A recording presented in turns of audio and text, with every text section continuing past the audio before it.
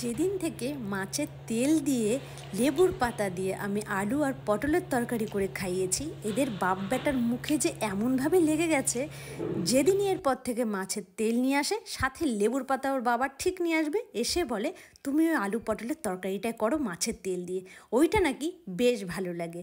তো আর কি করব, এবার আবদার মানতে তো হবেই। নিয়ে এসেছে এতগুলো তেল, তো তেলটাকে প্রথমে ধুয়ে নিলাম, তারপরে ছোট ছোট করে এইভাবে পিস পিস করে নেব। আর হ্যাঁ, কয়েকটা লেবুর পাতা নিয়েছি, সেগুলোও কিন্তু ধুয়ে নিয়েছি। রাধে রাধে বন্ধুরা, সকলে কেমন আছো? আশা করছি সকলে খুব ভালো আছো।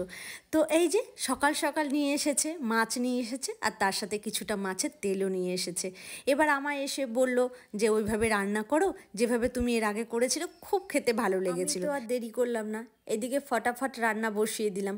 কারণ সকালবেলা এমনিতে যেদিন বাজারে যায় আমার না ভীষণ দেরি হয়ে যায়, 9:30 থেকে 10টার মধ্যে ওকে খেতে দিতে হয় ডাইনিং টেবিলে। আর সেদিন মানে এত চাপ হয়ে যায় কি আর বলবো। ওই জন্য আমি বেশিরভাগ বাজারই বলি বেশি করে নিয়ে আসবে, আমি ফ্রিজে রেখে দিই, বের করি রান্না করি। আর না হলে বলি রাত্রে করে নিয়ে আসবে, কারণ সকালে বাজারে গেলে না আমার ভীষণ চাপ হয়ে যায়।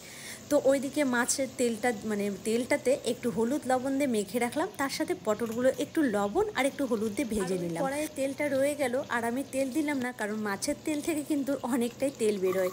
তো যাই হোক, এদিকে আমি তেজপাতা ফোড়ন দিয়ে একটু গোটা গরম মশলা জিরে ফোড়ন দিয়ে আলুটাকে ছেড়ে দিলাম, সাথে দিয়ে দিলাম একটু লবণ, যে আলুটা লাল লাল করে ভেজে দিই। দেরি হয়ে যাওয়ার টেনশনে না আমি দুই দিকে দুটো কড়াই রান্না করছিলাম। আর এখানে মশলার জন্য নিয়েছিলাম একটু জিরে, তারপর পোস্ত, টমেটো, পেঁয়াজ, রসুন, কাঁচা লঙ্কা, শুকনো লঙ্কা আর আদা, ব্যাস।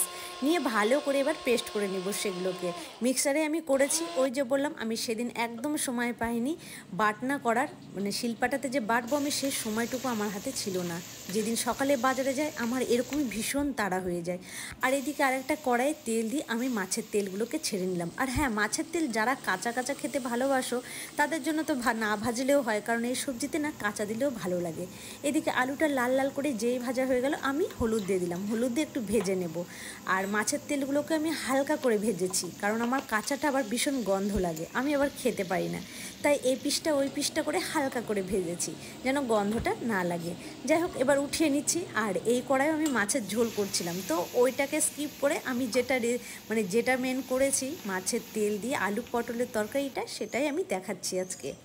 তো এখানে আলুটা যেই আমার ভাজা হয়ে গেছিলো, সঙ্গে সঙ্গে আমি মশলাগুলো দিয়ে সুন্দর করে কিন্তু কষিয়ে নিয়েছিলাম। তারপরে দিয়ে দিলাম পটলগুলো দিয়ে একটু এবার ভালো করে কষিয়ে নেব। তেলটাও ছেড়ে গেছে, আর একটু হালকা কষিয়ে নিলে কিন্তু আমার হয়ে যাবে। এবার দিয়ে দিব আমি জলটাকে একটু ফুটতে দিই। আর এই রান্নাটা করতে না একদমই সময় লাগে না, আর বেশি ঝামেলাও না, কিন্তু খেতে এত টেস্ট লাগে যে একবার খাবে মুখে যদি লেগে যায় তো সে মাছের তেল পেলে এইভাবেই রান্না করবে আলু দিয়ে পটল দিয়ে। হ্যাঁ, জল দিয়ে তারপরে আমি দিয়ে দিলাম মাছের তেলগুলো।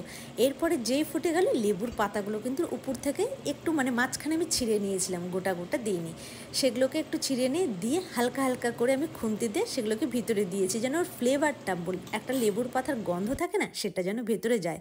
হালকা মতো ফুটিয়ে নিয়ে নামানোর আগে একটু গরম মশলা দিয়েছিলাম। এবার একদম কিন্তু রেডি তরকারিটা খাওয়ার জন্য।